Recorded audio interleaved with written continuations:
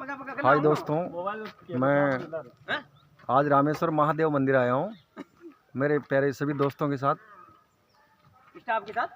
और जो हमारा स्टाफ है NBSC स्टाफ ऑल स्टाफ के साथ। जो महादेव मंदिर से बाहर का दृश्य है नीचे का। वीडियो था ना।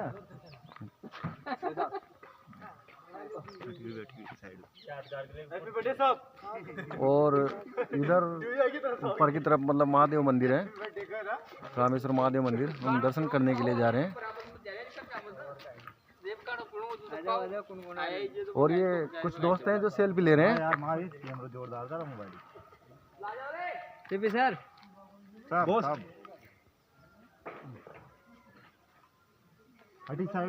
और ये हमारे सबसे लवली दोस्त दिनेश मीणा।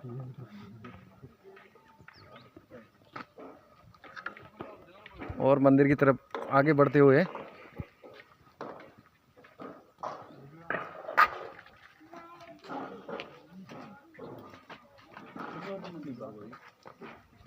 और यहाँ दोस्त पानी पीते हुए यार तो नीचे घंटा में जो ऊपर चढ़ना है ना अपन। हां ऊपर चढ़ा है। ऊपर चढ़ा जी। अच्छा तो यार मुझे तो ऊपर है क्या करे मैंने किसी का कारा कणो पे जाबा और यार तू बे जो गाड़ी रुकते कट लगे था सुगर तो